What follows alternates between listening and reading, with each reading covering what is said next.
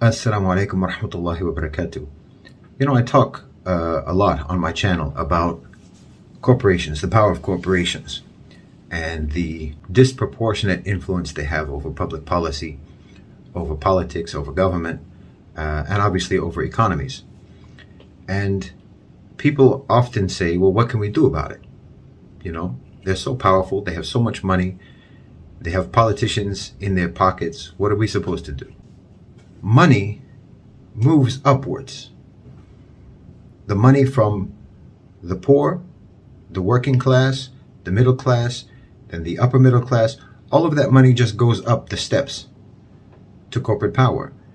They don't just have money by default, by osmosis. They have your money. Money doesn't trickle down. It is vacuumed up from the population. They're controlling your money because you gave it to them in exchange for some goods that you probably don't need.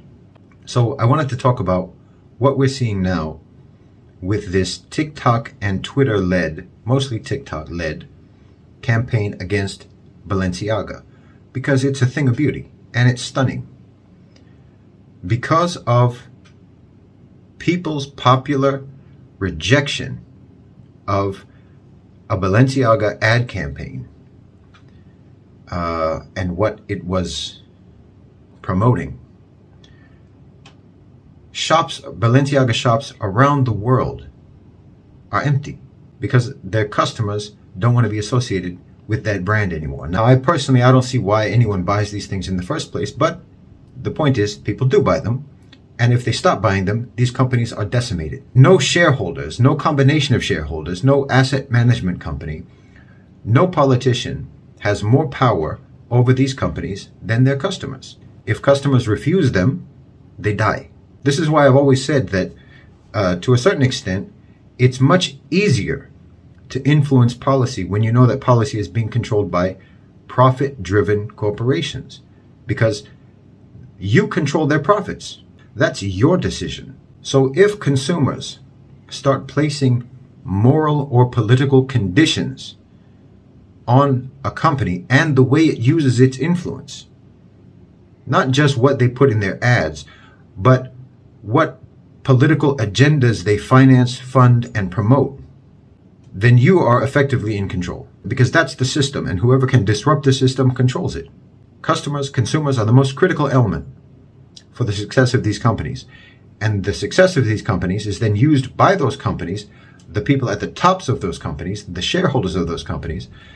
That influence of the corporation is used to drive political policy. They can't have any power unless you give it to them. By your consumer habits, your consumer choices, you give them power. So every time you buy from a company, you are endorsing their use of their political power. You are endorsing the positions that those companies promote socially and politically and economically. You're endorsing that. That's a vote of confidence in not just the brand, but the way that company uses its economic, social, and political influence. There's that slogan, eat the rich. You don't have to eat them. You just have to stop feeding them. And you can apply this principle, this strategy, across the board, precisely because there is such consolidation of ownership and control that even non-commercial companies that are whose only clients or whose only customers, for example, are the state, are governments, they're all under the management of, say, BlackRock or Vanguard or State Street, and they're part of a conglomerate, a system of an interconnected set of interests with commercial companies that you have influence over. You can target for activism and protest other companies that are owned by those shareholders, by those same shareholders.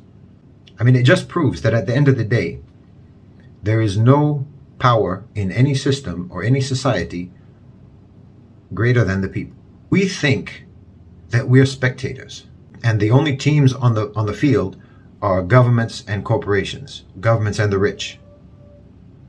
But we're on the field.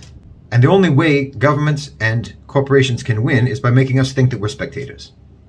But we're not. We're the biggest and the strongest team if we just open our eyes. Jazakumullahu khairan wa assalamu alaikum.